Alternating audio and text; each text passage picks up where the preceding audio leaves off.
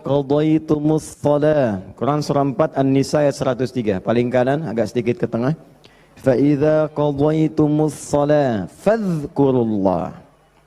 Ya, maka jika Anda telah tuntas mengerjakan salat, telah selesai salatnya, fadhkurullah, segeralah berzikir kepada Allah Subhanahu wa taala. Di sunnah amalan pasca salat zikir. Ya, mengerjakan semua aktivitas yang mengingatkan kita dengan Allah Subhanahu wa taala. Zikir. Ragamnya sudah kita bahas, ya. Dari mulai istighfar, bacaan kalimat tauhid, Allahumma antas salam, bacaan ayat-ayat Al-Qur'an, sampai dengan doa Nabi yang singkat terakhir kita bahas, sampai kita dalami detailnya, dari mulai ilmu yang bermanfaat, rezeki yang terbaik, dan amalan yang diterima. Kita sudah sampai situ kan? Baik. Sekarang kita lanjutkan supaya tidak banyak mengulang. Kita lanjutkan pada hal yang paling pokok. Ketika Nabi bermohon kepada Allah menunjukkan satu contoh, ingat contoh. Di Nabi itu sifatnya ada langsung membimbing doa, ada diberikan doa contoh, yang dengan doa itu maksudnya tidak harus sama seperti itu. Kalau kebutuhannya beda, boleh minta yang lain. Tapi akan lebih bagus baca dulu standar doanya, baru tambahkan minta kepada lain-lainnya. Misal, kita turunkan misalnya, kalau Anda punya kebutuhan pasca salat ingin berdoa, boleh. Apa dalilnya? Di Ibnu Majah itu, nomor hadis 925. Nabi berikan doa standar. Allahumma inni as'aluka ilman nafi'a wa rizqan thayyiba wa amalan mutaqabbala. Minta ilmu, awas, yang bermanfaat. Minta rizki yang berkah dan mohon diterima amalannya. Ilmu bermanfaat, rizki berkah, diterima amalan. Tiba-tiba Anda punya permintaan spesifik misalnya, Ustaz, saya seorang ibu, sekarang sedang mengandung, pengen kandungannya itu Ustaz diberkahi oleh Allah, pengen lahirannya lancar, pengen normal, pengen baik. Apa doanya? Apakah boleh berdoa setelah itu? Boleh. Karena tadi doa yang disampaikan itu standar dari Nabi yang pokok, yang memberikan contoh. Maksudnya silahkan berdoa, apa saja minta. Kalau enggak kepikiran doa, minta doa dengan yang standar ini. Itu maksudnya. Dia tidak harus terbatas dengan doa itu, tapi jadikan sebagai patokan doa, setelah itu minta yang lain-lainnya. Paham? Baik. Nah sekarang saya ingin ajarkan, ada isyarat dalam Al-Quran, bagaimana supaya doa kita mau minta apapun selama baik menurut Allah, itu akan cepat dikabulkan. Seperti apa mintanya? Yuk, saya turunkan dulu satu, kita pelajari dasarnya dulu ya. Quran surah ke-7 ayat 23, dasarnya dulu. Nanti baru masuk kepada doanya. 2 Quran surah ke-28, misal ayat ke-16. 3 kita ambil misalnya Quran surah puncaknya langsung, 39 ayat 53.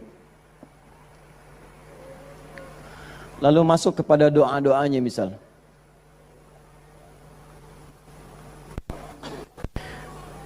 Saya ambil beberapa contoh yang sering ditanyakan, misalnya Quran surah ketiga ayat 38 sampai 39. Ditafsir dengan Quran surah ke-19 dari ayat ketiga misalnya sampai ayat ke-15 ya. Ya. Ada lagi misalnya kita turunkan doa orang sakit misalnya, Quran surah ke-26 ayat 80. Bisa jadi penyakitnya lebih parah, kita turunkan Quran surah 21 ayat 83 sampai 84. Oh, doa paling favorit misalnya Quran, apa yang paling favorit? Masya Allah, sapu jagat, luar biasa ya. Anda tanya orang Arab, nggak ada yang tahu. Ya, cuma orang Indonesia. Atarif sapu jagat, sapu jagat. Orang Indonesia luar biasa. Ada doa sapu jagat, doa sapu nggak ada jagatnya, doa jagat nggak ada sapunya. Quran surah 2 ayat 201, paling kanan sebelah bawah. Saya contohkan ini dulu ya, yang lainnya banyak. Saya contohkan dulu sedikit supaya agak batas untuk kita bisa berdialog. Begini, kita mulai. Mohon izin, saya itu minta contoh gelas dengan air, bukan karena memang biasanya ada itu, bukan. Karena ingin mencontohkan tentang bab doa ini. Ya, ingin mencontohkan tentang bab doa. Perhatikan sini, fokus baik-baik. Lihat sini. Saya tidak akan minum sekarang. Lihat sini, fokus. Ini gelas, ada airnya. Warnanya apa? Bening, ya, warnanya bening. Nah, sekarang lihat, ada penutupnya? Halus atau keras? Baik, udah jangan main tebak-tebakan, kita coba dulu ya. Kalau tidak tahu katakan Allahu a'lam. Lihat sini, ini spidol. Fokus. Perhatikan sini. Saya ingin masukkan ke dalam gelas. Masuk tidak? Kenapa? Ada penutupnya, tuh, cukup agak lumayan. Ada lagi kalau ditutupnya seperti ini, karena ini nggak ada penutup, kadang-kadang apa yang ada itu yang digunakan. Tisu misalnya. Lebih halus daripada yang tadi. Perhatikan baik-baik. Ini kalau dimasukkan bisa masuk. Ya, bisa, sudah. Kemudian lihat baik-baik, ada yang lebih keras lagi daripada yang pertama. Ini yang pertama, ini yang kedua. Misal, saya ambil yang lebih ekstrim seperti ini. Tutup begini. Fokus. Ini mau dimasukkan sampai kapanpun, sampai kiamat kurang 2 hari, susah. Sulit luar biasa. Perhatikan baik-baik. Fokus, fokus, fokus. Ada orang ingin bermohon kepada Allah Subhanahu wa taala. Kalau tidak ada sekatnya, tidak ada penutupnya, baik yang pertama, yang kedua, apalagi yang ketiga, maka semua yang diminta mudah untuk masuk. Minta spidol, masuk. Minta logam, masuk. Minta emas, masuk. Semua masuk. Tapi seringkali terjadi ada orang memohon, rasanya sulit kemudian untuk terkabul. Minta ini susah.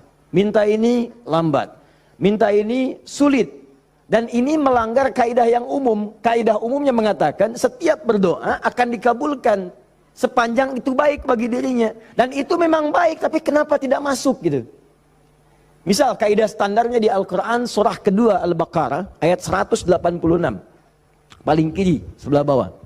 Wa idza sa'alaka 'ibadi 'anni fa inni qarib ujibu da'watad da'i idza da'an falyastajibu li wal yu'minu bi la'allahum yarshudun. Kata Allah, Muhammad sallallahu alaihi wasallam, sampaikan kepada umatmu, sampaikan kepada umatmu, jika kalian nanti ingin mencari Allah, kamu ditanya, ada yang ingin mencariku, mencari Allah, katakan padanya, enggak usah dicari, saya dekat. Itu memberi harapan. Saya sering sampaikan makna kalimat ini. Anda cari, tanya panitia, mana ustadznya? Dijawab, ustadznya belum ada berita. Dengan yang kedua, jangan khawatir Pak, sudah dekat. Mana yang paling menenangkan? Sudah dekat. Sudah dekat. Nah, ketika ada yang bertanya padamu, Muhammad, saya ingin mendekat kepada Allah. Jawab, tidak usah repot, Allah dekat.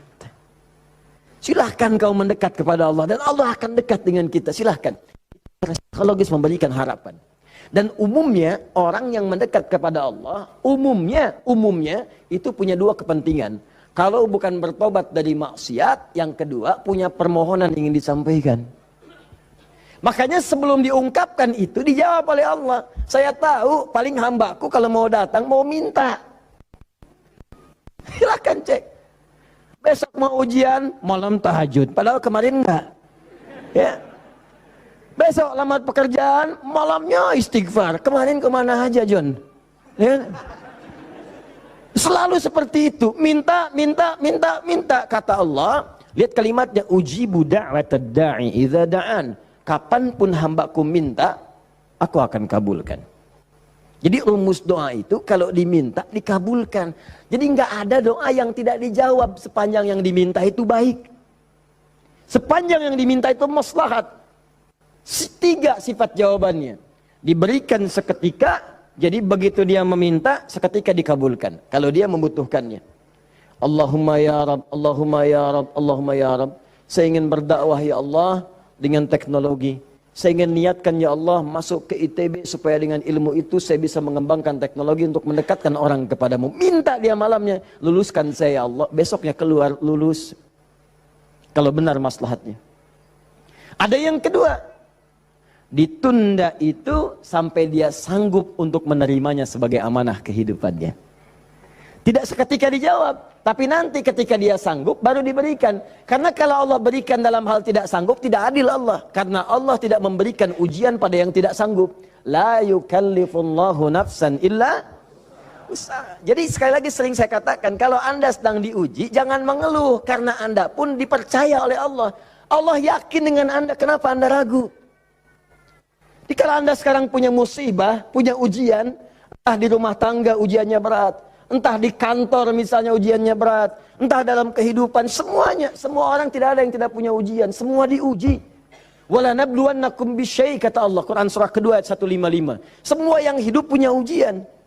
Dan sifat ujian itu tidak akan diberikan pada yang tidak sanggup. La yukallifullahu nafsan illa wus'aha. Kalau kamu nggak sanggup, saya nggak akan berikan, kata Allah.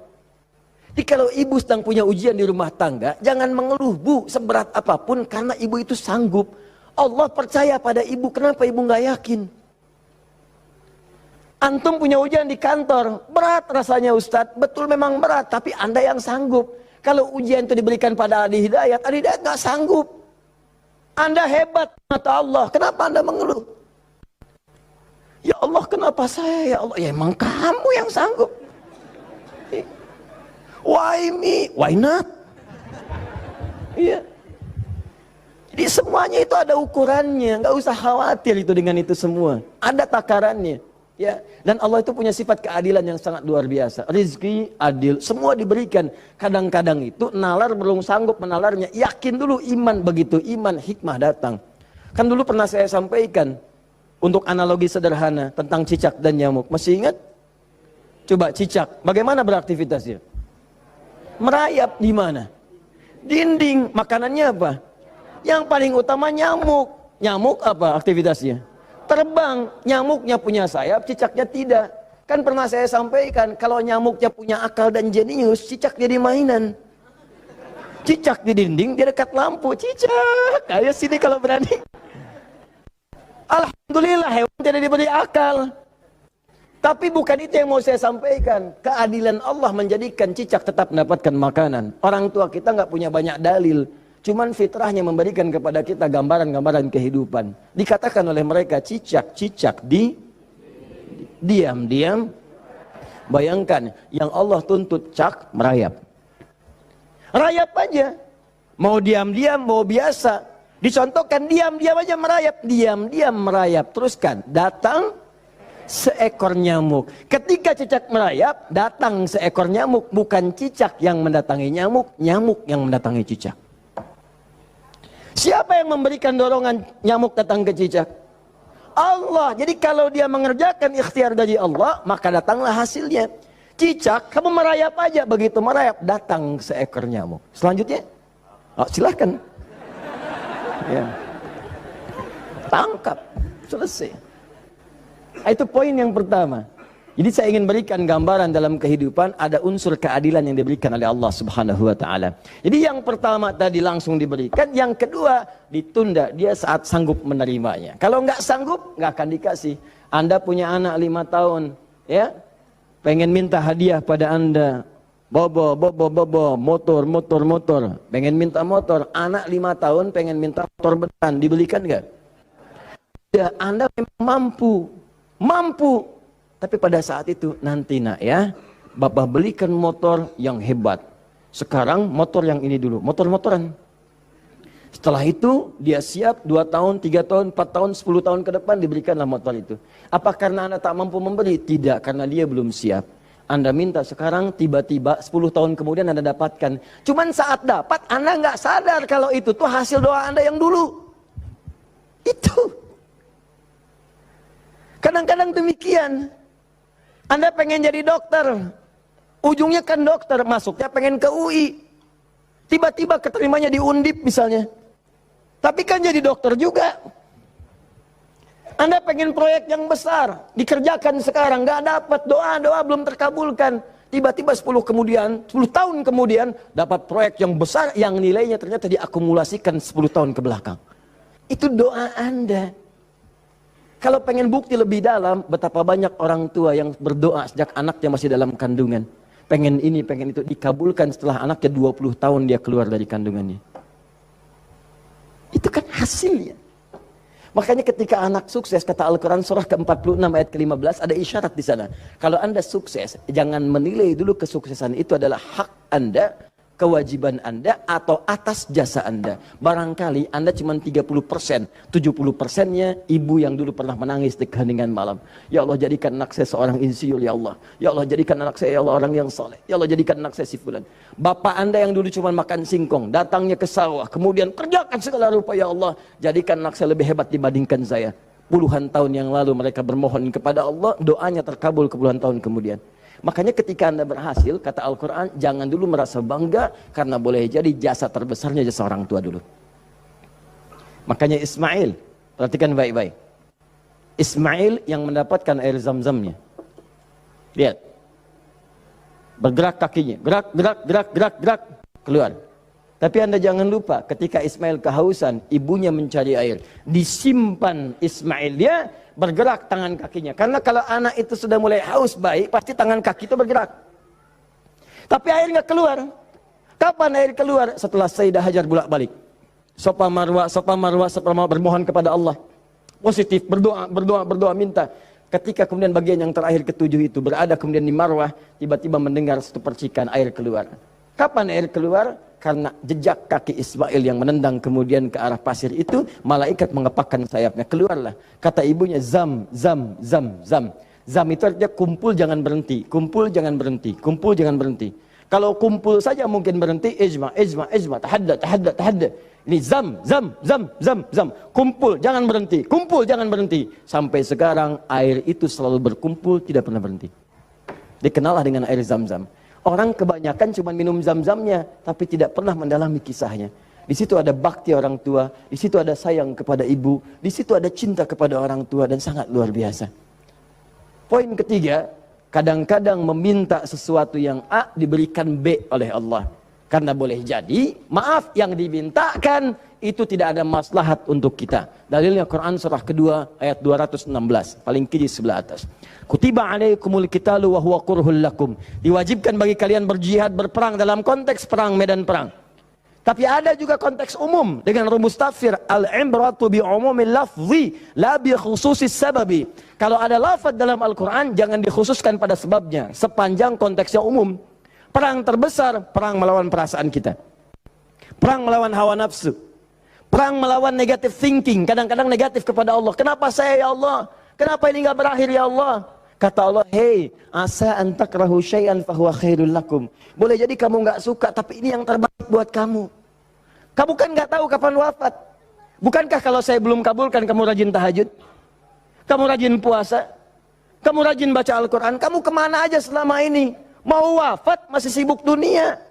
Saya pengen yang terbaik untukmu sampai pulang ke akhirat. Dipaksa untuk mendapatkan itu. Kadang-kadang kamu pengen yang ini dunia, ini nggak bagus. Kamu pengen direktur, kamu maksiat banyak nanti di sana. Cukup level manager saja. Wa asa an tuhibbu syai'an fa huwa syarrul lakum. Kadang-kadang yang ideal yang dipengenkan itu nggak bagus kata Allah. Kenapa? Wallahu ya'lamu wa antum la ta'lamun. Karena Allah tahu masa depan engkau tidak. Anda punya anak 5 tahun sakit, dia kata dokter jangan makan apel. Jeruk boleh nggak dok? Boleh. Maka anak itu merengek, mama, pengen apel. Kata mama jangan, nak gak bagus. Apel, dibelikanlah jeruk. Ini kan jeruk mama, bukan nak, ini jeruk rasa apel. Paham?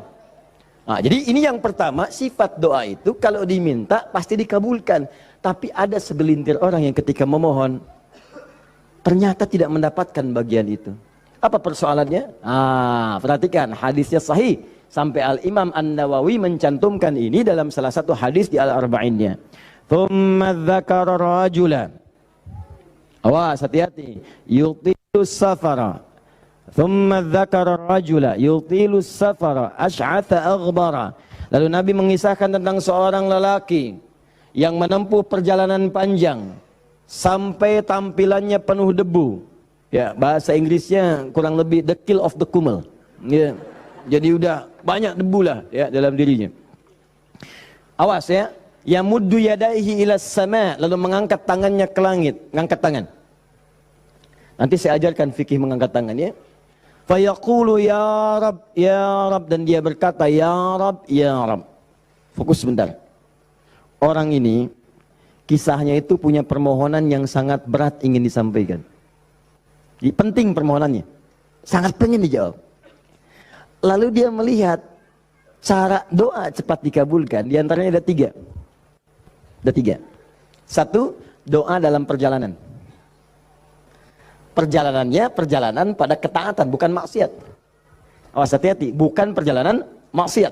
Dan bukan jalan-jalan biasa. Awas hati-hati. Kau mau kemana? Mau ke Hawaii? Titip doa ya. Doa orang safar kan dijawab. Tuh yang umrah, yang haji, gitu kan? Ya, itu yang dimintakan. Mohon, minta. Tapi kalau yang perjalanan maksiat tidak. Bro, mau kemana? Las Vegas. Titip doa ya. Itu belum dimohon, udah ditolak. Ya, belum dimohon. Jadi, satu, menempuh perjalanan panjang. Kedua, orang yang mengangkat tangan. Jadi usahakan nanti saat berdoa itu biarkan mengangkat tangan. Nanti ada fikihnya. Ada yang cuma satu jari misalnya, ya saat khutbah Jumat khatib ada. Ya, ada yang kemudian mengangkat tangannya, ada yang rendah, ada yang tinggi, ada yang posisi begini ada saat istisqa. Yang standar itu angkat kedua tangannya, ya sejajar dengan dadanya di sini, sejajar. Sini ya. Dan nggak usah malu. Allah itu kan tidak akan malu untuk memberi. Justru Allah itu dalam hadis sahih, Allah akan merasa malu. Di sini bahasa kiasan, majas maksudnya. Membiarkan seseorang yang mengangkat tangannya, kemudian dalam keadaan hampa, artinya tidak menjawab doanya. Dia ada seorang bertanya kepada Rasulullah, ya Rasulullah, bagaimana seorang berdoa mengangkat tangannya? Kemudian Nabi mengatakan, bagaimana menurutmu kalau ada seseorang meminta kepadamu menengadahkan tangannya begini? Ustaz, tolong Ustaz, tolong Ustaz. Di depannya langsung begini. Dua-duanya begini. Kata orang ini, saya malu kalau nggak ngasih. Saya malu kalau nggak ngasih. Maka kata Nabi, Allah lebih merasa malu. Karena Allah itu sifatnya lebih dalam dibandingkan dengan hamba. Rahmannya, Rahimnya, Pemberinya, Wahabnya. Kata Nabi, Allah lebih merasa malu ketika membiarkan seorang mengangkat tangan memohon dan meninggalkan dalam keadaan hampa. Ya, jadi Anda mengangkat, itu biasanya sejajar dengan dada di sini yang standar. Kalau saya biasanya mendekatkan seperti ini dan menggabungkan di antara jemari di garis-garis yang ada ini. Kan garis kita itu kan ada garis kan, kanan kiri. Ya, biasanya kalau saya mendekatkan begitu kemudian menyatukan dan meluruskan lalu bermohon kepada Allah. Ya, nanti ada lagi fikih yang lain menghadap kiblat dalam keadaan berwudu ada, tapi poinnya mengangkat tangan. Ya, standarnya mengangkat sejajar dada. Boleh seperti ini renggang boleh. Mau dirapatkan seperti tadi boleh. Ya, saya memilih untuk yang merapatkan. Ya, silahkan bebas. Yang penting di sini ada dalil mengangkat tangan boleh saat berdoa. Baik, 2, 3, memohon didahului dengan al-asmaul husna. Memohon didahului dengan al-asmaul husna. Masih ingat yang pertama tadi apa? Safar, perjalanan jauh. Kedua, mengangkat tangan. Ketiga, dibuka atau didahului dengan al-asmaul husna. Ya, awas fokus. Dalilnya apa? Langsung dari Al-Quran dan Sunnahnya. Di Al-Quran misalnya Quran surah ke-17. Sudah? Dari ayat 110-nya. Ketika Allah sampaikan, Qul id'ullaha awid'ur rahman ayyamma tad'u falahul asma'ul husna. Ada? Paling kanan, agak sedikit ke tengah. Qul id'ullaha. Hei, kalau kamu punya kebutuhan, panggil Allah. Panggil Allah. Bukan panggil dukun, bukan panggil paranormal, bukan panggil yang macam-macam. Panggil Allah, minta. Karena Allah sudah janji. Allah sudah berjanji dalam kandungan kita. Di Quran surah ke-7 ayat 172. Wa idh akhadha rabbuka min bani Adam min zuhurihim dzurriyyatahum wa ashhadahum ala anfusihim. Awas, alastu bi rabbikum? Qalu bala syahidna. Ketika Allah mengambil perjanjian pada setiap anak cucu Adam. Awas hati-hati, sejak dalam masa kandungan. Di tafsir di Al-Arba'in, di hadis Nabi riwayat Abu Abdurrahman Abdullah bin Mas'ud radhiyallahu ta'ala anhu. Awas, nomor 4 posisinya di Al-Arba'in, paling kiri sebelah atas. Disampaikan, inna ahadakum yujma'u fi batni ummi, kata Nabi, 40 yawman nutfah, thumma yakunu 'alaqah, thumma yakunu mithla dhalika mudhighah, thumma yursalu ilaihi al-malak. Awas, fayanfukhu fihi ar-ruh wa yaktubu bi arba'in, yu'maru bi katbi arba'in. Ya bi katbi rizqihi wa ajalihi as'idun huwa am syaqiyyun. Awas, hati-hati. Dalam usia 4 bulan ditiupkan nafasnya. Awas, masuk ruhnya, ditiupkan ruh, bernafas dia, ditetapkanlah 4 hal, terjadilah perjanjian pada saat itu. Perjanjian pertama, alastu bi rabbikum, apakah engkau berikrar mau menjadikan aku sebagai Rabb? Siap. Apa? Kenapa menyebut Rabb? Padahal Allah bisa mengatakan begini, alastu ilahakum, alastu rahmanakum, tapi Allah mengatakan alastu bi rabbikum, bukankah aku Rabbmu? Rabb tidak disebutkan kecuali mengandung sifat rububiyah. Rububiyah itu perawatan, pengawasan, perhatian. Sifatnya yang paling pendek disebut dengan murabbi. Karena itu guru orang tua disebut murabbi. Karena orang tua memperhatikan, orang tua merawat. Kalau tanpa batas, perawatannya cepat, perhatiannya dalam, hilangkan kalimat mimnya, muncullah kalimat Rabbnya. Maka Allah disebut dengan Rabbun. Kalau kita meminta, Allah lebih cepat pemberiannya dibandingkan dengan hamba. Dan tidak ada batas. Rabbun, Rabbun, Rabbun. Makanya setiap kita minta, disebutkanlah kalimat Rabb itu. Silakan cek, setiap permintaan ada kalimat Rabbnya. Rabbana atina fid dunya hasanah, wa fil akhirati hasanah, wa qina adzabannar. Rabbana zalamna anfusana, rabbighfirli wa liwalidayya. La yukallifullahu nafsan illa laha ma wa 'alaiha mak. Rabbana la tu'akhidna in nasina aw akhtana. Jadi kenapa disebutkan kata Rabb itu memberikan isyarat, seakan-akan mengatakan begini, maukah engkau berikrar menjadikan aku, bersaksi aku sebagai Tuhan, nanti yang saat engkau hidup aku akan perhatikan kau, aku akan berikan kebutuhanmu, aku akan sembuhkan kalau sakit, aku akan penuhi apa yang kau minta, akulah Rabb, dengan sifat rububiyahnya. Makanya setiap Anda minta Rabb, Rabb, Rabb, Rabb, Rabb, Rabb. Jelas? Saya kembalikan. Ketika Anda memohon kepada Allah, dahulukan dengan al-asmaul husna. Qulidu'ullah, panggil Allah, minta. Kalau ada masalah minta, ya Allah, maaf ya, bukan bikin status. Bukan bikin status. Diuji dengan musibah yang dibikin status. Aku tidak menduga akan seperti ini.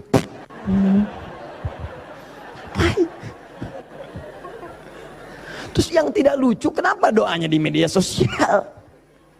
Doa itu di mihrab, doa di kamar, doa di masjid, bukan doa di Facebook. Ya, doa di Instagram, doa di Facebook. Aminkan ya, like. Apa yang mau dicari? Udah minta yang betul. Minta yang mohon dengan khusyuk. Mohon, Quran surah 7 ayat 205. Wadhkur rabbaka fi nafsika tadarruan wa khifatan wa dunal jahri minal qaul. Kalau butuh sesuatu, sebut nama Allah dalam jiwamu, bukan dalam media sosialmu, bukan di WhatsAppmu, bukan di Instagrammu. Online-kan hatimu dengan Allah, minta dalam jiwamu dengan penuh ketundukan, dengan penuh kepasrahan, dengan penuh harap. Mohon ya Allah, ya Allah, ya Rabb, minta. Sebut namanya bagaimana, ya Allah. Atau yang kedua Ar-Rahman, atau ini rumusnya, ayyamma tad'u, atau kapanpun kamu ingin panggil minta sama Allah, falahul asmaul husna, carilah nama-nama terbaik yang Allah miliki sesuai dengan kebutuhanmu. Jadi Allah itu telah memberikan nama bagi dirinya sesuai kebutuhan kita. Panggil dengan nama itu. Misal ya, maaf. Anda terkait rezeki nih, mau bekerja, pengen rezeki yang berkah. Panggil namanya ya Allah, sambungkan dengan nama Asmaul Husnanya. Ya Allah, ya Razzaq. Teman-teman yang kuliah di kampus, di sekolah, besok mau ujian atau mau masuk sekolah belajar pertama, supaya diberikan ilmu yang dalam. Ya Allah, ya Alim. Allahumma faqihni fid din, wa'alimni ta'wil. Ya Allah, ya Alim. Rabbi zidni ilma, warzuqni fahma. Ya Allah, ya Alim.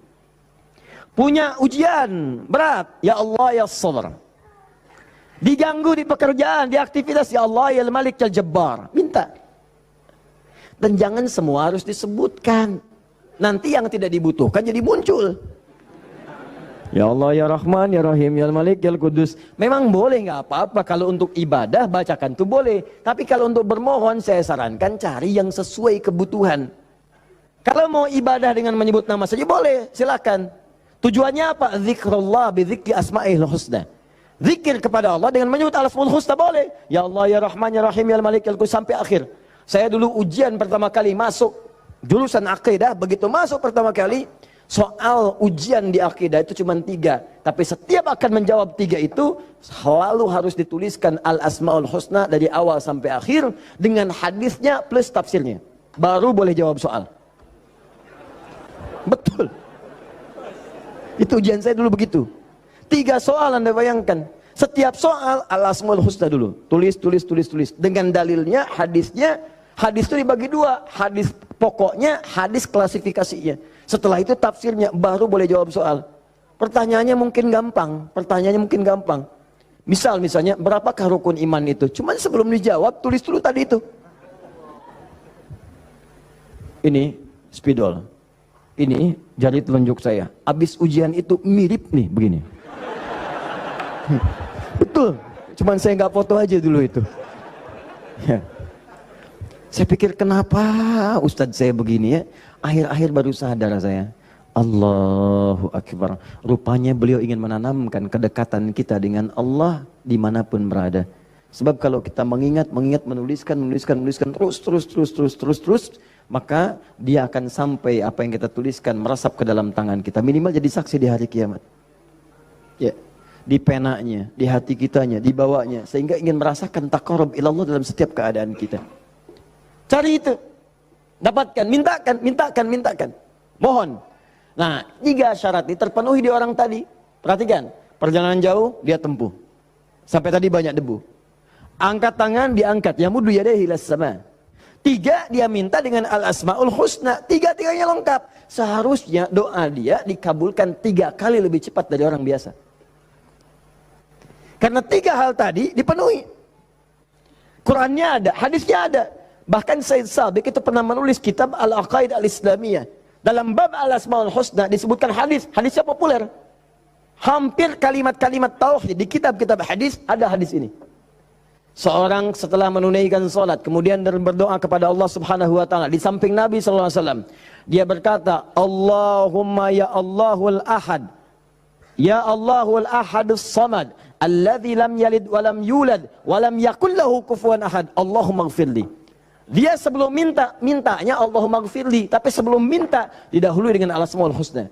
Kata Nabi, "Atadri madza tad'u? Atadri madza da'ut?" Tahukah engkau bagaimana engkau baru saja berdoa? Allah wa Rasulullah alam, saya enggak tahu ya Rasulullah maksudnya apa.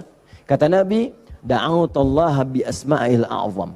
Idza du'iya bihi azaba wa idza su'ila biha a'ta."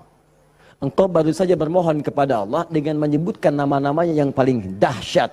Yang kalau engkau berdoa dengan mengawali nama-nama itu, maka semua doa akan dikabulkan, semua permintaan akan diberikan. Hadis selesai. Orang ini melakukan ketiganya. Tapi apa jawab Nabi? Allahu Akbar. Dia sudah menempuh perjalanan jauh, dia sudah mengangkat tangannya ke langit, dia menyebut Ya Rab, Ya Rab, Ya Rab. Kata Nabi, "Anna yustajabu lidzalik." Bagaimana doamu bisa dijawab? Bahasa singkatnya, mustahil dijawab. Mintalah kamu begitu sampai kiamat kurang 2 hari. Gak akan dijawab. Dia ada orang sudah mengerjakan 3 amalan dahsyat, tapi doanya gak dijawab. Kenapa dia? Allahu Akbar. Famat'amu haramun.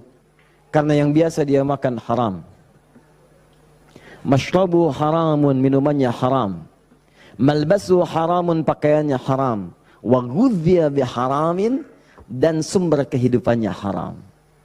Maka jadilah yang haram itu seperti sekat seperti ini. Nutuplah cawan doanya. Semakin banyak kumpul, jadilah sekatnya makin kuat begini. Jadi bukan Allah nggak ngabulkan, mau dikabulkan susah, mental terus tuh, mental. Karena masih tertutup dengan yang haram. Maka dari itu, kalau Anda banyak berdoa, padahal doa itu maslahat untuk Anda. Secara umum seharusnya dikabulkan secara umum.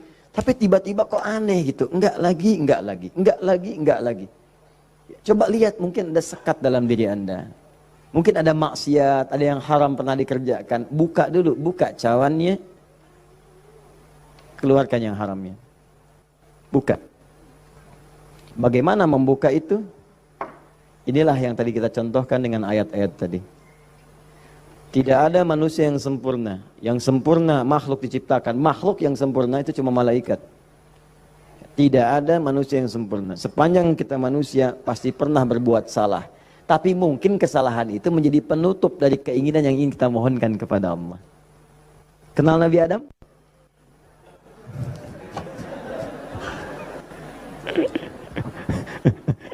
Alhamdulillah, habis puasa dapat Lailatul Qadar, kenal Nabi Adam.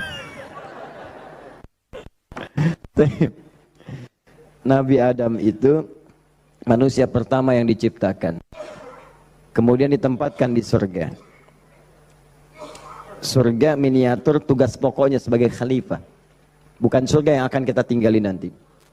Secara singkat, di surga itu diberikan dua sifatnya, baik sebagai nabi ataupun sebagai manusia. Untuk pelajaran bagi kita anak cucunya, disebut Bani Adam, semua anak manusia yang lahir sampai dengan nanti kiamat menjelang, itu semua anak cucu Adam. Ingat ya, disebut Bani Adam. Bani itu anak cucu sampai habis, Bani anak cucu, jadi semua berasal dari Adam. Jangan pernah dengarkan, jangan pernah mau menyimak kalau ada orang mengatakan manusia bukan berasal dari Adam. Kalau ada yang mengatakan manusia berasal dari monyet, nggak usah dengarkan. Bilang aja kalau Anda berasal dari monyet, silakan, jangan ngajak-ngajak saya. Ya, Bani Adam. Nah, ketika dimasukkan ke surga, maka nikmat surga itu kan diberikan, jaminan kan, Nabi kan dijamin kan, Rasul dijamin kan, maka langsung dimasukkan. Tapi di situ dilatih sifat kemanusiaannya. Apa sifat kemanusiaannya? Quran surah kedua ayat 35. Wala taqraba hadhihi syajarata fatakuna minadh zalimin. Awas. Wa qulna ya Adam uskun anta wa zaujukal jannah. Kami firmankan, Adam, kamu dan pasanganmu, istrimu masuk ke dalam surga. Wa kula minha haitsu syi'tuma ragadan haitsu syi'tuma. Silakan nikmati semua kenikmatan di surga. Wala taqraba. Tapi jangan dekati ini. Jangan sentuh yang ini. Hadhi syajarata, pohon yang ini. Sentuh pun nggak boleh, mendekat nggak boleh. Awas. Jadi nanti ada yang dahsyat, larang itu, larang. Perintahnya ada yang mendekat pun nggak boleh. Apalagi dikerjakan. Zina, perintahnya wala taqrabu zina, jangan dekat-dekat. Kalau ada perintah dalam Al-Quran jangan dekat-dekat, berarti dosanya gede, besar. Mendekat ya nggak boleh. Kalau dikerjakan makin dahsyat dosanya. Makanya zina masuk ke dalam sab'ul mubiqat, 7 dosa besar. Dekat-dekat aja nggak boleh. Nah, cuman psikologi masyarakat sekarang itu, kalau nggak boleh dekat-dekat makin penasaran.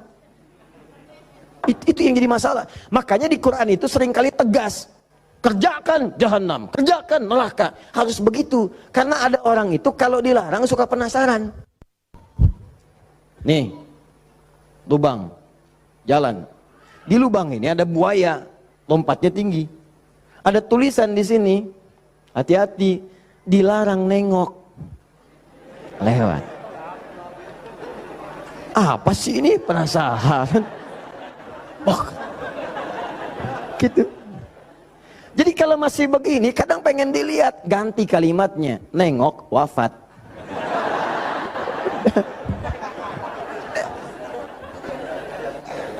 Selesai.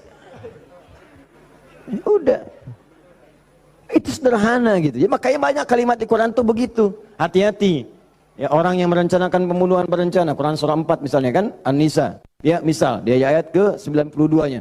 Wa may yaqtul mu'minan muta'ammidan fajaza'uhu jahannam. Orang yang sengaja merencanakan pembunuhan, satu orang beriman saja, maka dia sudah pesan kapling neraka jahanam. Khalidan fiha, kekal di dalamnya. Wa ghadiballahu alaihi, Allah murka kepadanya. Wa la'anahu dilaknat wa 'adalahu 'adzaban 'azima, dan dijanjikan siksa yang dahsyat. Siapa yang pengen pesan kapling di neraka jahanam? Maka muncul yang seperti itu, datang. Saya kembalikan ke sini, maka caranya adalah buka dulu ini nih. Buka dulu sekatnya. Tidak ada yang sempurna. Makanya Nabi Adam ketika kemudian ditempatkan di surga, surga ujian ya, bukan surga yang akan kita tempati. Dari mana dalilnya Ustadz? Karena di surga nanti kita itu sudah nggak ada ibadah lagi. Nggak ada ibadah. Nggak ada yang salat lagi, nggak ada yang puasa lagi. Cukup di dunia aja. Di akhirat tinggal mendapatkan hasilnya. Kita panen nanti. Ya, jangan terlampau soleh. Cita-cita di surga supaya bisa sholat tahajud. Allah, terlampau soleh. Udah tahajud di dunia aja. Nyampe sana tinggal nikmati. Tinggal dinikmati. Kebiasaan dunia masuk semua. Ya Allah, makan nikmat, pengen anggur, gak usah jauh-jauh, tinggal ngambil. Masya Allah. Ustadz merokok boleh nggak? Silakan, ambil apinya di neraka. Ya. Ah. Dah. Jadi Allahu Akbar, Allah astagfirullah. Jadi teman-teman sekalian, ke situ kemudian turun ke bumi, jadi ujian. Digodalah oleh setan, waswasalahum syaitan, digoda oleh setan. Singkatnya ketika digoda itu, kemudian godaan itulah yang menjauhkan Nabi Adam dan pasangannya dengan Allah Subhanahu wa taala. Turunlah terpeleset turun ke bumi. Singkatnya jadi pelajaran itu. Perhatikan baik-baik. Perhatikan baik-baik. Ini yang mau saya sampaikan. Ketika Nabi Adam, padahal beliau nabi, sifat nabi itu maksum. Kenapa diperkenankan oleh Allah berbuat salah pada saat itu dengan sifat kemanusiaannya? Padahal beliau nabi. Awas hati-hati. Ternyata bukan karena sifat kenabiannya, tapi sebagai contoh bagi anak cucunya yang bukan nabi, yang tidak punya sifat maksum. Jadi kalau nggak diberikan contoh begitu, tidak ada jalan bagi kita bagaimana cara mengembalikannya. Makanya dibuat kisah dalam Al-Quran itu, disampaikan, bukan dibuat kisah, kisahnya ada, disampaikan ke kita. Diberitakan. Ini dulu Adam dengan sifat kemanusiaannya salah. Padahal dia nabi, maksum, bisa dijaga oleh Allah. Kenapa diperkenankan salah? Untuk menunjukkan ibrah, pesan kepada kita, kalau salah, begini cara kembalinya. Maka ketika berbuat keliru itulah diturunkan kalimat pertamanya untuk mengangkat sekat ini. Jadi kalau nggak pernah diangkat, ini hubungan dengan Allah itu tersekat. Diangkat sekat ini, apa yang diturunkan pertama kali? Kalimat untuk mengembalikan kepada yang jernih. Asal jernih begini, ditutup begini, dikembalikan lagi. Sesuatu yang dikembalikan ke awal dengan cara yang baik disebut dengan tabayatubu. Sifatnya disebut dengan taubah. Awas, awas. Hati-hati. Maka Allah turunkan kalimat pertama ketika turun ke muka bumi. Kalimat pertamanya, Quran surah kedua ayat 37. Fatalaqa Adamu min rabbihi kalimatin fataba alaih. Maka Allah turunkan kalimat taubat. Taubat itu maksudnya kembali kepada jalan yang baik. Tadi tersekat, buang sekatnya, balikin lagi ke awal.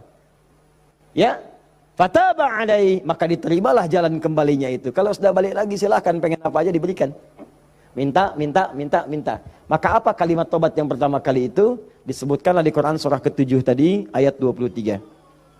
Rabbana zalamna anfusana wa illam taghfir lana wa tarhamna lanakunanna minal khasirin. Itulah kalimat pertama untuk membuka sekat-sekat yang haram dan maksiat saat kita merasa ingin kembali ke jalan yang benar. Maka ulama sebagian menyimpulkan kisah ini menunjukkan pesan bahwa tidak ada manusia yang sempurna. Kadang-kadang banyak yang berbuat maksiat. Kalau pernah salah, memang kita nggak sempurna. Tapi sifat kemanusiaan kita menunjukkan kita mesti tobat. Sebab ada makhluk sempurna yang nggak kenal salah, malaikat. Makhluk salah nggak kenal benar, jadi nggak kenal tobat, namanya setan. Ada makhluk tengah-tengah, kadang benar, kadang salah. Ketika salah dia kembali kepada yang benar, namanya manusia. Jadi bedanya manusia dengan malaikat, malaikat nggak pernah salah, manusia salah. Bedanya manusia dengan setan, setan salah nggak mau tobat, manusia salah pasti tobat. Jadi kalau ada manusia salah nggak mau tobat, patut ditanya, ini manusia atau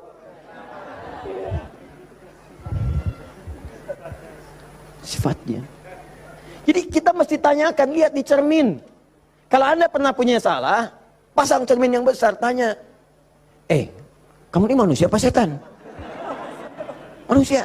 Setan. Manusia. Setan. Saya manusia. Saya mesti tobat. Kamu kalau nggak tobat sekarang, wafat kamu. Tuliskan. Nggak tobat, wafat. Tuliskan. Sujud Anda. Bangun malam, minta. Nangis, minta. Tobat.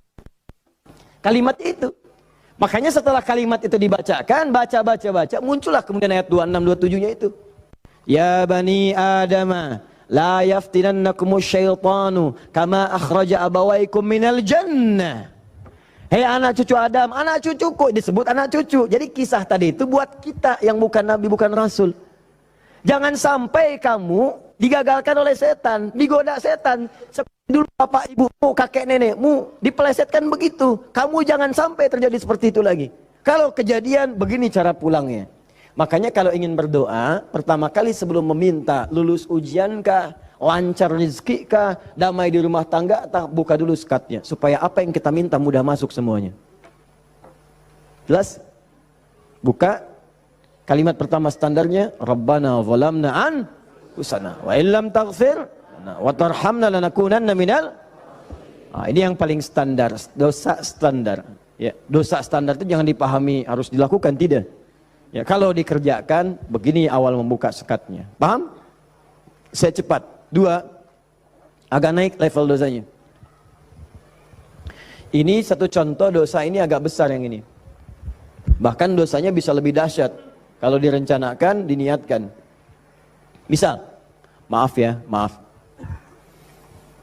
Saya pun mengagendakan nanti di tahun ini mudah-mudahan bisa Allah berikan kesempatannya. Saya pengen juga bisa safari ke pesantren-pesantren, ya, lembaga permasyarakatan, ya, Sukamiskin misalnya, kemana lagi, bisa lihat.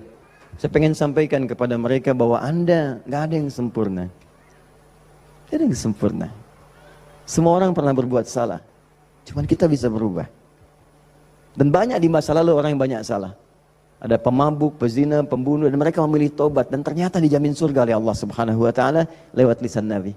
Kenapa kita nggak bisa? Ini dosa yang pernah dilakukan dalam kasus pembunuhan.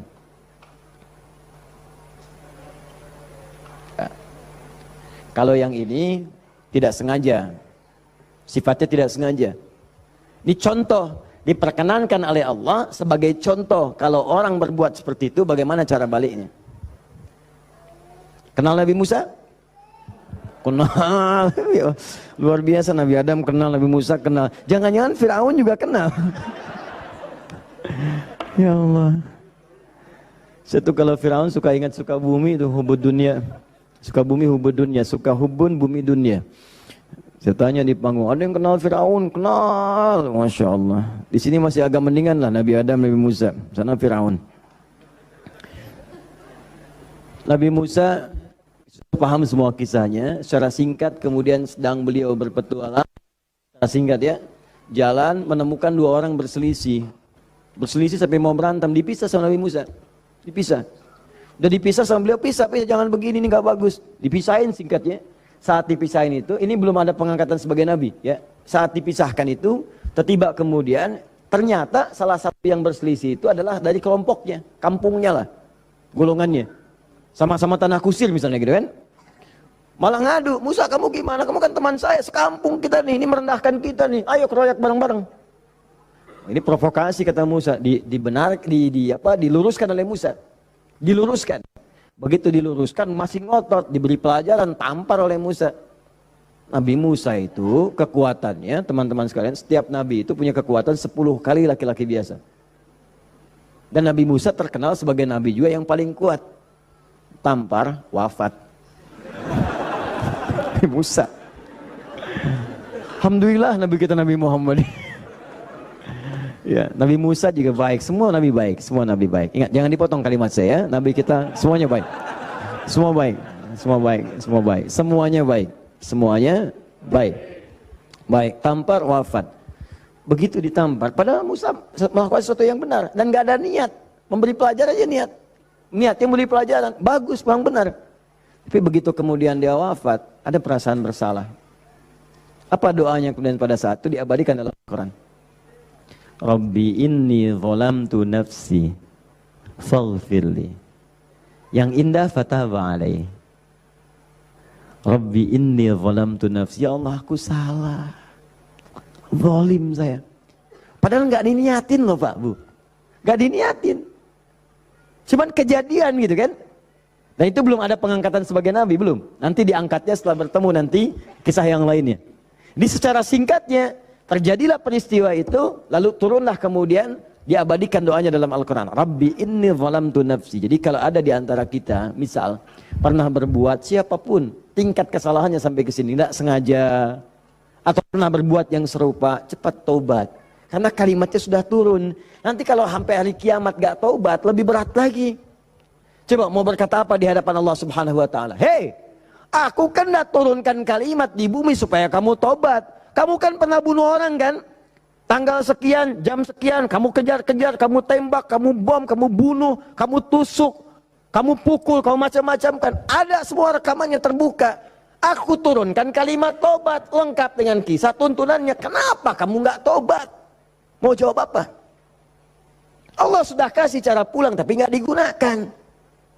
Allah nggak salah kan di situ. Diturunkan kalimatnya dan bahkan dijamin fataba alaih, diampuni oleh Allah. Ayo balik lagi. Makanya 2000 tahun setelah Nabi Musa lahir Nabi Muhammad SAW. Itu diantara sahabat-sahabat yang jadi sahabat terbaiknya. Kan dulu banyak yang hobinya juga begitu, jahiliyah. Ada yang hobinya berkelahi. Kenal Umar bin Khattab? Umar bin Khattab radhiyallahu ta'ala anhu luar biasa, tegas, kekar. Wah, senang duel sebelum masuk Islam. Siapa yang berani dengan saya? Ayo naik ke bukit itu. Jabal Qubais ditunjuk, bukit paling favorit. Naik ke sana, yang sekarang ada istana raja di situ. Ya di samping Zam-Zam itu. Naik. Sebelum berduel dengan saya, pamit dulu pada ibu yang telah melahirkannya karena dia akan pulang tanpa nama. Umar, Allahu Akbar. Apa yang terjadi? Masuk Islam halus. Toha tersentuh, masuk Islam. Lalu kasarnya berubah menjadi tegas, dipakai melindungi Nabi SAW, dipakai menegakkan syariat dengan baik. Kehalusannya muncul sampai datang tengok orang jadi khalifah, perhatikan orang, luar biasa. Tegasnya muncul. Ya, waktu Abdullah bin Ubay bin Salul itu seorang munafik, kalau sholat di belakang Nabi saf paling depan. Tapi begitu bubar, provokator paling pertama Abdullah bin Ubay bin Salul. Begitu keluar, Muhammad nih SAW. Mecah belah kita aja. Datang ke sini pengen jadi pemimpin. Dia punya masjid sini, kita bikin masjid yang lain. Bikin dirar. Selalu dipecah.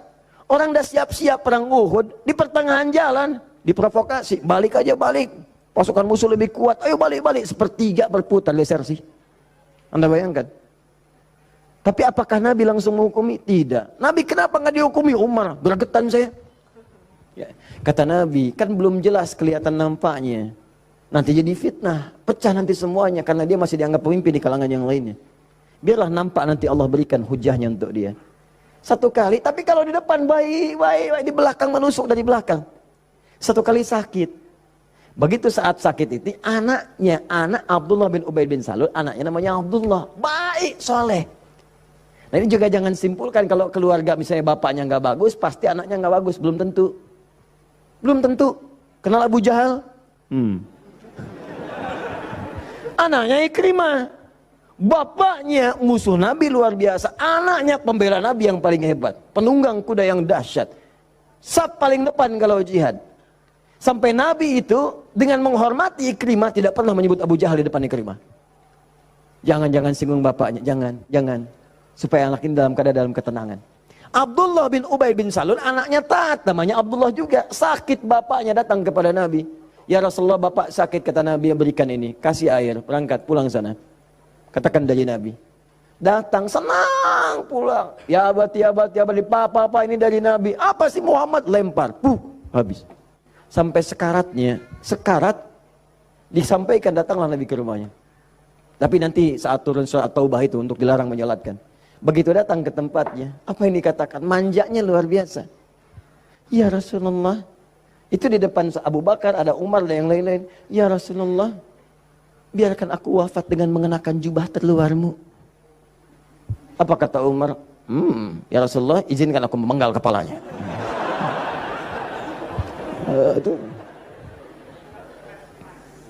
Cuman jubah aja kok, pakai. Dia meninggal. Itu Abdullah bin Ubay bin Salul. Hidupnya begitu meresahkan, wafatnya begitu kolokan. Ya. Tapi habis. Jadi yang pertama itu, coba, udahlah, banyak yang tobat. Umar jadi bagus. Tukang begal, Jundub bin Junadah. Wah, sekampung begal tobat. Jadi dai, sekampung jadi soleh semua. Saking dahsyatnya, kampung itu dikenal di kemudian hari. Namanya Ghifar. Sampai dikenal dengan Abu Dzar al-Ghifari. Sampai Al-Imam An-Nawawi mengutip hadisnya di Al-Arba'in itu nomor hadis 18. Ya, Jundub bin Junadah. An Mu'adz bin Jabal wa Jundub bin Junadah radhiyallahu taala anhuma qala Rasulullah sallallahu alaihi wasallam, ya, ittaqillaha haitsu ma kunta wa atfiz sayyatil hasanatan huha. Ainal hadis? Mana hadis? Mana Qurannya? Apa yang antum kerjakan tiap hari? Ngitung lagi. Mana bekal antum tuh pulang? Minimal sehari satu hadis. Ambil, walaupun nggak hafal hadis kan nggak mesti hafal, baca hadisnya, lihat terjemahannya, amalkan isinya, buka konsepnya. 57 hadis kitab iman, tiap hari baca satu. Antum pebisnis, keluarkan hadis-hadis bisnis, tiap hari satu. Kalau Al-Quran hafalkan, satu hari satu ayat, tak apa-apa. Pulang punya hujah di hadapan Allah. Ini tiap hari ngitung-ngitung dunia, wafat tinggal semua. Apa yang mau antum ambil? Berharap surga lagi. Bertakwalah kepada Allah, mulai yang baik. Jundub bin Junada taubat, dikenal dengan Abu Dzar Al-Ghifari. Nah, puncaknya, mungkin ada orang pernah juga lebih daripada ini. Dia berzina, dia mabuk, dia macam-macam. Pokoknya mengoleksi dosa lah. Ya, orang ngoleksi mobil, orang ngoleksi musab, dia ngoleksi dosa. Jadi kalau nggak berdosa itu nggak enak. Kamu ngapain aja, si fulan sudah begini, oh masa besok saya lakukan yang lebih daripada itu. Jadi ngoleksi dosa, tumpuk dia. Yang begini pun, itu masih diberikan kesempatan Allah dengan oleh Allah diturunkan satu kalimat. Yang kalau dikerjakan, diamalkan isinya, diterima taubatnya. Turunlah Quran surah 39 ayat 53 tadi. Qul ya ibadiyalladzina asrafu ala anfusihim la taqnatu min rahmatillah. Muhammad katakan pada hamba-hambaku yang dosanya sudah israf. Israf itu melebihi dasar cukup. Lebih. Mubazir. Banyak. Datang ke pernikahan, ada prasmanan, orang sekali dia 10 kali. Israf. Balik. Israf. Ini ada israf dalam dosa. Itu pun kalau mau taubat kata Allah, la taqnatu min rahmatillah. Dari rahmat Allah. Innallaha yaghfirudz dzunuba, Allah ya Rahman, Allah ya Rahim. Allah akan mengampuni semua jenis dosa sepanjang kau mau taubat. Di kadang-kadang Allahnya sudah pengen ngampunin, manusia yang nggak pengen. Fir'aun kan gitu, kurang apa lagi diutus 2 nabi langsung. Musa dengan Harun, idhaba ila fir'auna innahu tagha. Quran surah 20 ayat 43 sampai 44. Musa Harun pergilah ke Fir'aun, dia sudah mulai menyimpang. Faqula lahu qawlan layyina la'allahu yatadhakkaru wa yakhsha. Katakan kepadanya dengan lembut, mungkin dengan kelembutan itu dia sadar dan mau bertobat. Enggak mau. Musa, gua kan Tuhan yang gede, ana rabbukul a'la. Marah, nantang, mau bunuh dan sebagainya. Sudah, selesailah dia tenggelam di lautan.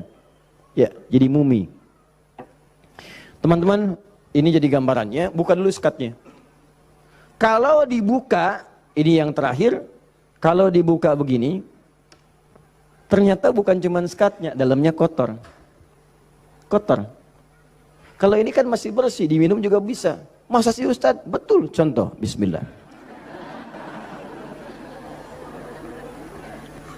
Alhamdulillah. Ini ya. Bersih. Tapi kalau kotor, siapa yang mau minum? Tidak ada. Maka kalau minuman bercampur kotor, di sini ada kotoran misalnya kan? Ya, maaf. Masuklah kotoran yang sudah bernajis, kotor. Apakah mungkin akan diminum? Tidak. Yang dilakukan pasti akan dibuang dulu, cuci dulu. Jadi kadang-kadang sekatnya sudah dibuka, tapi haramnya belum keluar. Memang tobat dari dosa-dosa, misalnya mohon maaf, dosa untuk menipu, awas, dosa pencurian, tobat betul, cuman barang yang dicuri dikembaliin dulu. Dosa dari ngutangin orang, betul, dosanya tobat, cuman utang bayar lunas dulu. Bukan bermusafah kemudian lunas dosanya, tidak. Lunas utangnya, tidak. Maka ada hal-hal tertentu yang ketika saat dilakukan, sekatnya mesti dibuka, yang kotornya mesti dikeluarkan. Tobat dari dosa musyrik, tobat bagus. Cuman keris yang dimusyrikan, pedang yang dimusyrikan, batu-batu yang dimusyrikan, buang dulu. Buang dulu. Tato-tato, gambar-gambar. Kan? Aku tuh kalau melihat Lionel Messi, rasanya main bola aku jadi bagus deh. Sampai dibikin tato misalnya. Musyrik. Hati-hati. Musyrik. Buang. Taubat, buang dulu. Begitu sudah dibuang, nanti Anda akan lihat, kerjakan amal soleh. Jadi jika yang salah itu hilang, yang soleh muncul. Kalau sudah yang soleh muncul, Anda nggak minta pun dikasih. Gak percaya, silahkan buktikan. Bedakan rasanya, rasakan bedanya, dan pasti akan terasa bedanya. Akan lain. Demi Allah saya katakan akan lain. Paham ini? Nah, jadi sebelum meminta, saya harap coba Anda kerjakan dulu ini. Setelah itu silahkan minta, mohon. Usahakan kalau minta, pertama punya wudhu ya. Ini dianjurkan, disunnahkan dalam setiap keadaan. Jadi usahakan wudhu itu selalu ada. Kalau batal, nggak sempat ada air, tayamum. Ya, saya mendengarkan guru-guru saya, ulama-ulama, salafus saleh, orang-orang saleh membiasakan berwudu. Saya coba ikutin, ternyata manfaatnya luar biasa. Dan jadinya di kebiasaan. Jadi kalau kita nggak berwudu nggak enak. Ya, wudu. Kalau Anda biasakan seperti itu, nah biasa nanti saat berdoanya enak. Ya, pertama wudu dengan baik. Kedua, pastikan semua aktivitas kita dikerjakan dengan yang halal. Jadi jangan pernah sentuh yang haram-haram.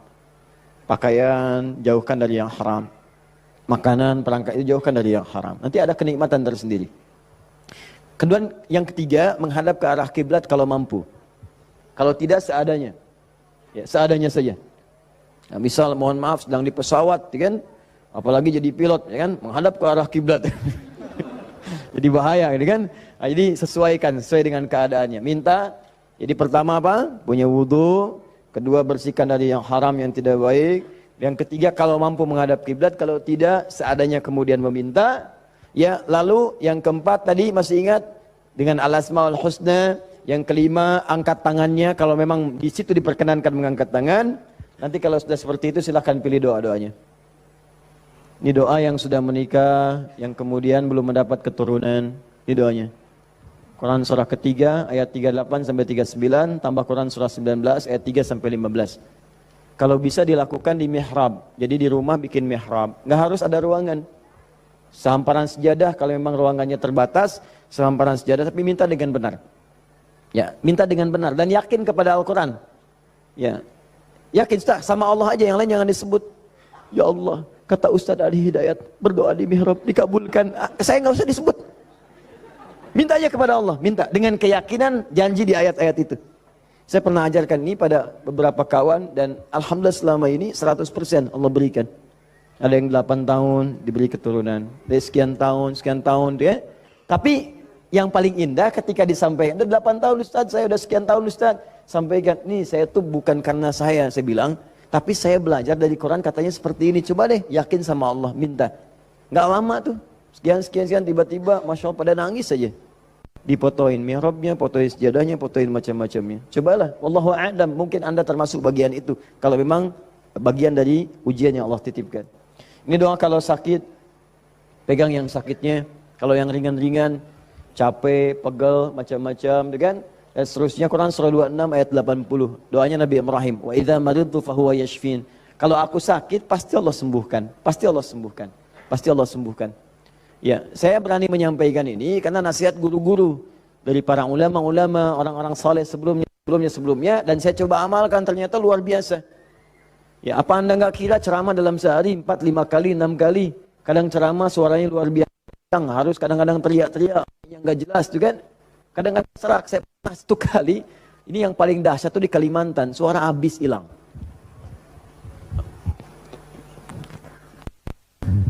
Seperti itulah. Pokoknya nggak ada suara, hilang. Hilangnya itu sore, jam 5:30, 6, ngisi ba'da maghrib. Anda bayangkan? Kebayang? Baik. Jadi ngisi ba'da maghrib hilang jam 5:30, 6. Apa yang saya lakukan? Saya ingat ayat ini. Saya pegang aja. Pegang, wa idza maridtu fahuwa yashfin. Wa idza maridtu fahuwa yashfin. Ya Allah, kalau saya sakit pasti Engkau sembuhkan. Engkau yang titipkan tugas ini, Engkau yang berikan perangkatnya, Engkau yang amanahkan, Engkau pasti akan berikan kemudahan. Fa idza maridtu fahuwa yashfin. Minta air hangat ya, minta minum, terus minta lagi. Itu apa yang terjadi? Allahu Akbar. Begitu masuk kepada maghrib, keluarlah suara itu. Pertama mirip-mirip Allah yarham almarhum Ustaz Arifin Ilham. Ya, agak serak-serak. Ba'da isya keluar semua. Keluar. Habis ceramah hilang lagi. Itu betulan. Habis ceramah hilang lagi. Istirahat malam. Besoknya ada lagi. Saya bersyukur sekali pada Allah, sampai saya bingung bagaimana cara bersyukur yang terbaiknya. Ternyata ya Allah, terima kasih menjaga tadi malam saya supaya nggak banyak ditanya orang. Suara habis, istirahat kita besoknya ada lagi. Itu hal yang paling luar biasa berkesan. Biasanya kalau orang sudah dalam kondisi yang sangat darurat, tiba-tiba Allah tolong, kan ada keindahan tersendiri kan. Indah itu luar biasa. Makanya kadang-kadang kalau belum dijawab, jangan dulu marah. Mungkin Allah memberikan anugerah terindah yang belum pernah engkau miliki. Paham ya? Maka berdoalah dalam jiwamu, sentuhlah ia tepat di hatimu, maka ia akan jadi milikmu untuk selamanya.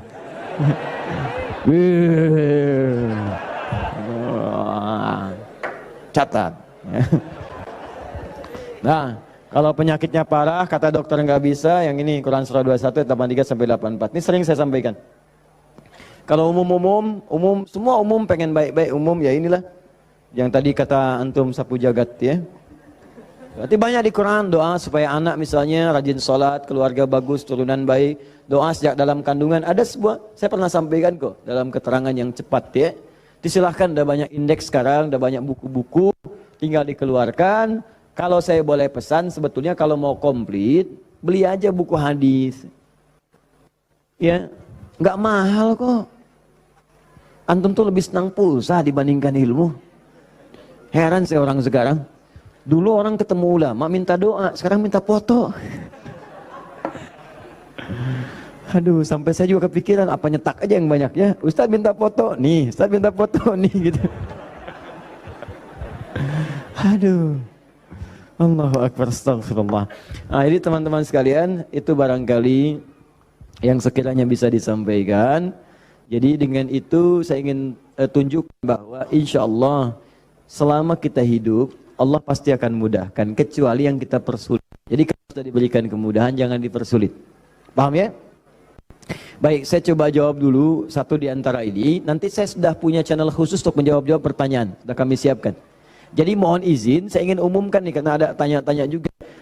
Kita sekarang ingin mencoba memberikan yang terbaik untuk berdakwah untuk masyarakat. Jadi untuk channel kita ada 2 channel sekarang. Ya, pertama Akhyar TV. Akhyar sekarang sedang dalam masa perbaikan penyempurnaan untuk tampilan TV yang seutuhnya. Ya, jadi untuk sekarang belum tayang dulu. Jadi nanti kita perbaiki dulu karena kita pengen nih benar TV seutuhnya. Dia 24 jam nanti ada tayangan TV. Kita sudah siapkan konten-konten sekarang ini. Jadi nanti ada anak-anak penghafal Quran. Kalau orang bedah rumah yang macam-macam, ya ini bedah rumah para penghafal Quran misalnya. Nah, ada bagaimana cara yang si fulan bisa hafal padahal dia terbatas otaknya misalnya ya, kata medis. Ada yang ini kita siapkan, ada talk show, ada yang keluar, ada yang macam-macam. Jadi nanti begitu dia tampil lagi, kita pancingkan juga secara meluas. Nanti akan jadi TV yang nyata, betul, 24 jam nanti ada agenda yang tayang. Nah, untuk yang sifatnya terbatas, nanti ada Adi Hidayat Official yang di YouTube.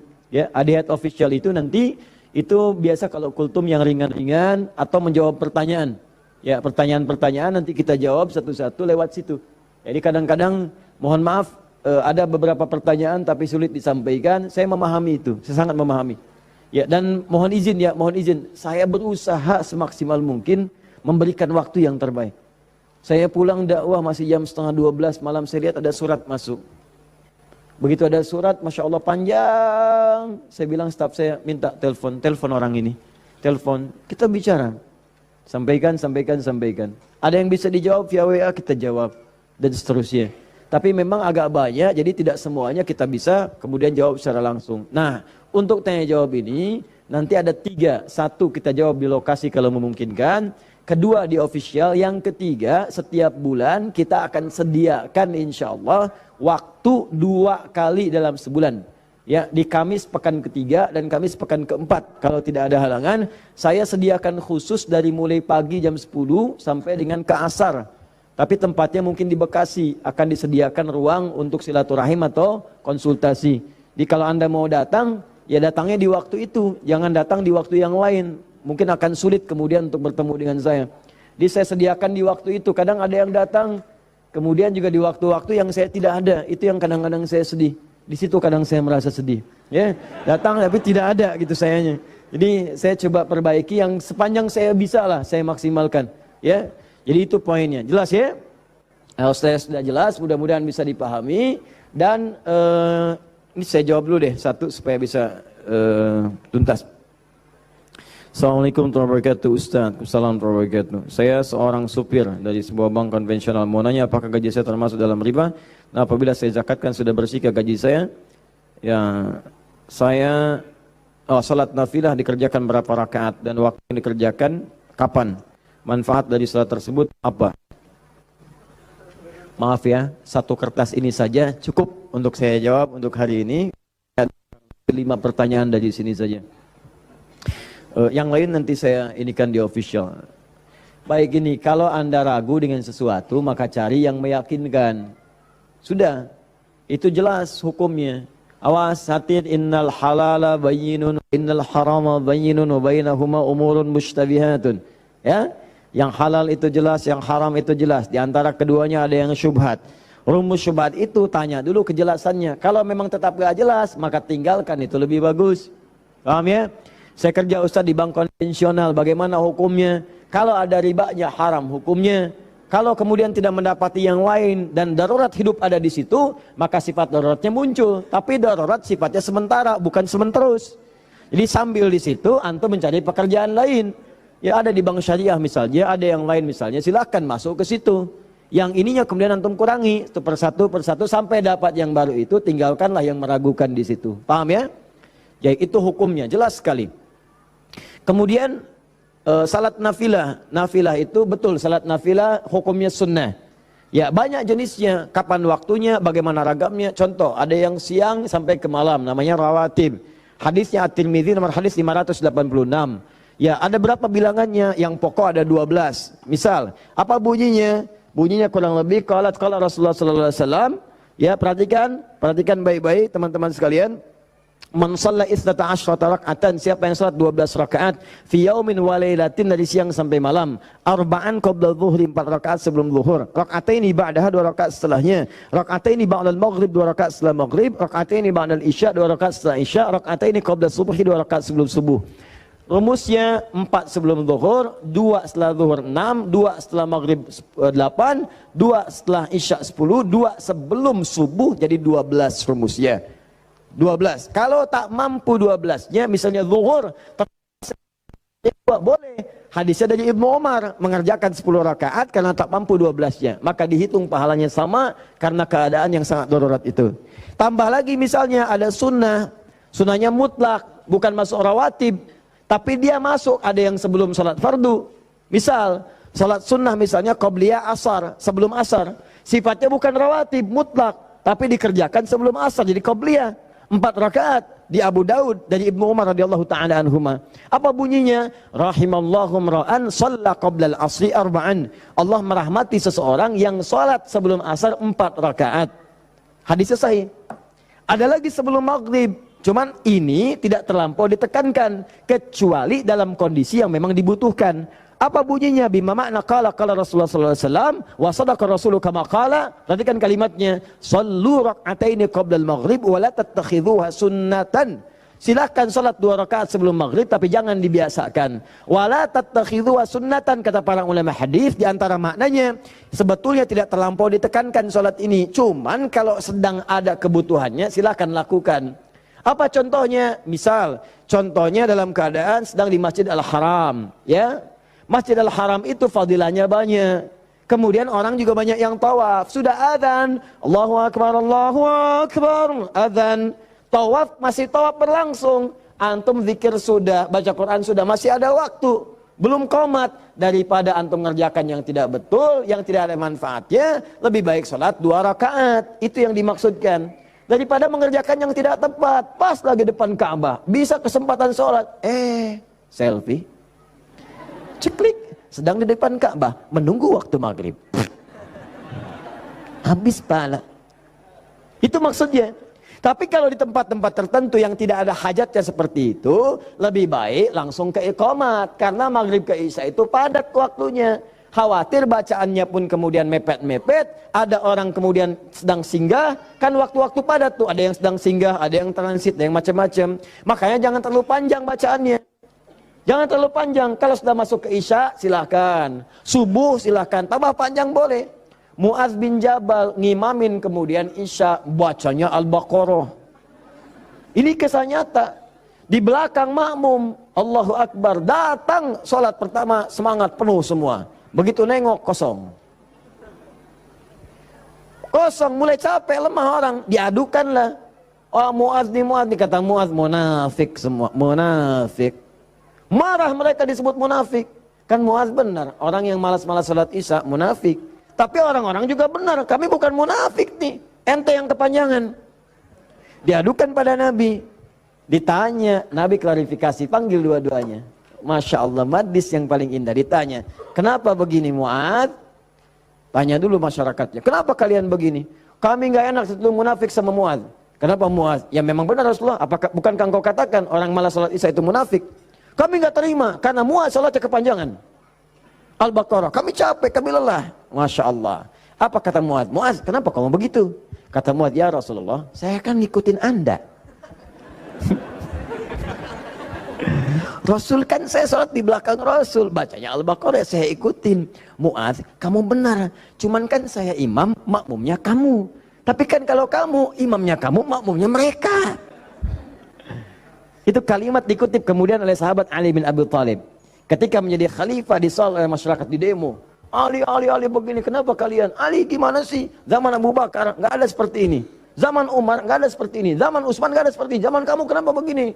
Kata Ali, zaman Abu Bakar, Umar, Utsman, rakyatnya saya. Zaman saya, pemimpinnya saya, rakyatnya kamu. Paham ya? Jadi teman-teman sekalian, kita kembalikan lagi kepada yang tadi. Jadi silahkan untuk salat sunnahnya tadi, ya qabliyah silahkan. Seperlunya sesuai dengan tempatnya. Tambah lagi misalnya dengan salat duha, ada syuruk. Syuruk ada, ya waktunya kalau sekarang mungkin 1 jam lah amannya, ya setelah salat subuh. Kalau diprediksi, sekarang sudah ada digital. Duha, syuruk itu awal duha, pertengahan duha, akhir duha. Duha dibagi 3. Ya pertengahan duha sekitar masuk pada jam 8, jam 9. Akhir duha sekitar jam 10, setengah 11. Ya rakaatnya berapa? Dari 2, 4 sampai 8. Boleh. Lebih dari itu silahkan. Kalau awal duha syuruk 2 rakaat saja. Jangan terlampau soleh. Ya itu pun sudah melahirkan luar biasa pahalanya. Semisal haji dan umrah. Pertengahan duha 4. Boleh silahkan. Ya akhir duha boleh sampai 8.